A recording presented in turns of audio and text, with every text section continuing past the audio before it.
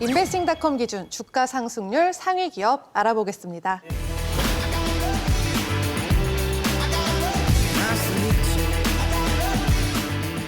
인베스팅닷컴 기준 주가 상승률 상위 기업 바로 핏빛입니다.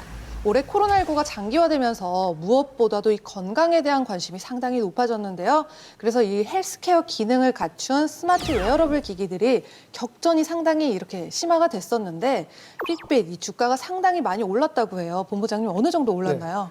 그러니까 최근에 핏빛 주가가 52주, 그러니까 사상 최고치는 아니고요. 52주 신고가를 기록했거든요. 그래서 지금 한 7.15에서 7.19달러 내외로 움직이고 있는데 이 회사가 원래는 몇 년 전에 각광을 받다가 최근에는 시장에 관심이 없었다가 작년 하반기부터 관심을 많이 받았는데 그 이유는 구글이 인수를 하면서 시장에 각광을 받기 시작해서 주가 또한 오르기 시작했고요. 문제는 이제 독점 문제가 걸려버렸거든요. 현재 그 유럽연합에서 구글이 과연 핏빛을 인수하는 게 독점 문제가 있냐 없냐 지금 심사를 하고 있는데요. 이게 지금 1년 정도 지금 이어지고 있는데 최근에 이제 블룸버그에서는 구글이 수정안을 내놨는데 이 수정안에 대해서 유럽연합에서 긍정적으로 보고 있다. 이게 나오면서 주가가 52주 신고가를 좀 기록하고 있는 상황입니다. 네, 그럼 본격적인 이야기에 들어가기 전에 구릿빛도 아니고 장밋빛도 아니고 이 핏빛 과연 어떤 기업인가요? 핏빛은 그 동명의 웨어러블 디바이스를 생산하는 업체인데요. 애플워치나 갤럭시 워치처럼 스마트 웨어러블 기기로 분류가 되는데 특히 헬스케어에 집중되어 있다 보니까 헬스워치라고 부르기도 한다고 합니다.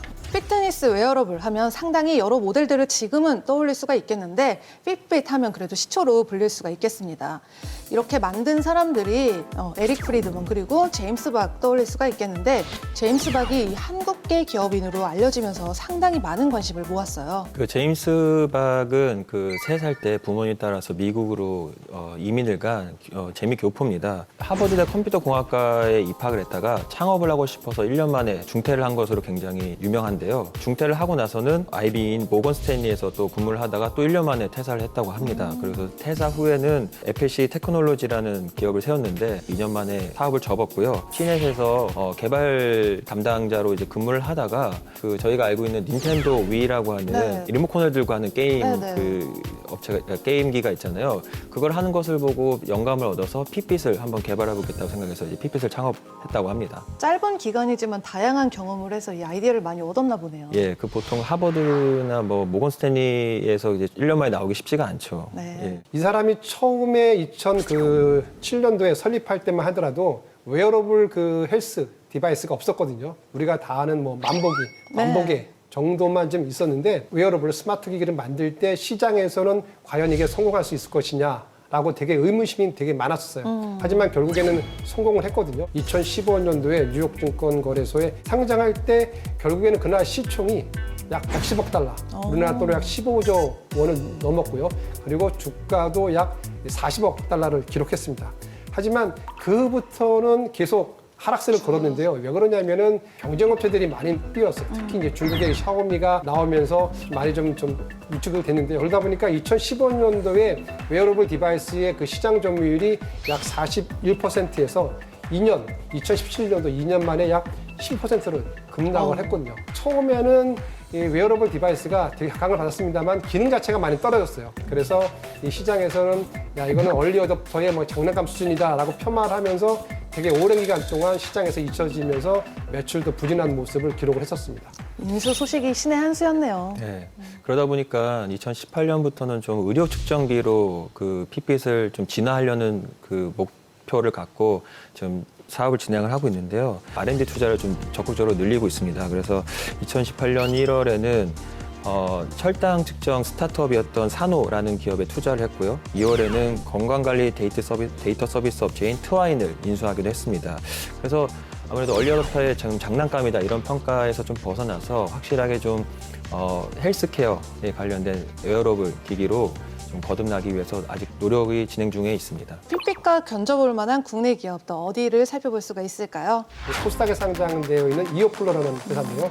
이 회사는 인슐린 관련해서 웨어러블 디바이스를 만드는 그런 그 의료기기 회사거든요. 이 회사 같은 경우는 그 웨어러블 약물 전달 솔루션을 보유하고 있고요. 특히 그 웨어러블 인슐린 패치 펌프를 개발했는데요. 이게 어떤 거냐면은 패치를 갖다가 붙이게 되잖아요. 그러면 이 블루투스를 이용해서 그 리모컨으로 인해 가지고 인슐린을 갖다가 자동적으로 주입시키는 그런 장치거든요. 이러다 보니까 또 이런 거 갖다가 넣는 걸 갖다가 기록함으로써 본인과 보호자와 이 병원이 서로 이렇게 공유한 그런 시스템을 만들고 있고요. 이 기술이 워낙 각광을 받다 보니까 유럽에 있는 메나리사라는 그런 제약사와 약 1,500억 규모의 그 계약을 체결해 가서 지금 판매를 하고 있고요. 최근에 상장한 지는 얼마 안 됐는데요. 시장에서 최근에 각광을 받아서 주가가 많이 좀 올라가는 그런 상태입니다. 네, 그럼 다시 빅빛으로 돌아와서 이번엔 리스크 요인이 어떤 게 있을지 한번 살펴볼까요? 헬스케어 시장이 아무래도 좀 성장을 하고 있고 앞으로도 성장이 기대되는 섹터다 보니까 구글이 핏빛을 인수하려고 하는 것도 뭐 그런 이유 때문인데요. 그러다 보니까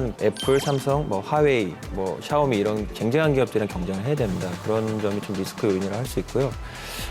또 지금 시장 점유율이 계속 낮아지고 있는 점도 좀 리스크 요인인데요. 올해 1분기 기준으로 보니까 3%대 시장 점유율을 보이고 있어요. 결국에는 올해 안에 핏빛이 과연 구글의 인수가 되냐 안 되냐가 일단 중요하고요. 이 보건의료의 패러다임이 어떻게 바뀌냐면은 결국에는 데이터베이스가 필요하고요. 그다음에 개인들의 그 맞춤 의료가 필요한데 이거를 하기 위해서는 결국에는 일상적인 데서 의료 정보를 얻어야 되기 때문에 웨어러블 디바이스가 또 클 가능성이 있고 현재 IT가 발달하잖아요. 그래서 결국에는 웨어러블 디바이스 시장이 커질 수밖에 없습니다. 과연 이 시장에서 어느 정도의 성장을 보이기 위해서는 구글의 인수가 되고 그다음 구글이 과연 어떠한 여기에 경영 정책을 펴냐에 따라 가지고 핏빛이 한 단계 성장하냐 아니냐 갈림길에 지금 쓸 것으로 좀 보고 있습니다. 주가 상승률 상위 기업 핏빛에 대한 김수연의 한 줄 평. 고령화 시대 그리고 건강 때문에 하고 다니면 좋은 건 알겠는데 과연 이게 필수일까요? 선택일까요? 방송 보시면서 핏빛에 대해서 더 궁금한 점이 있거나 이 기업에 투자를 해보고 싶다 하시는 분들은요. 카카오톡 채널에서 필살기 해외 투자를 검색하신 후 친구 추가해주세요.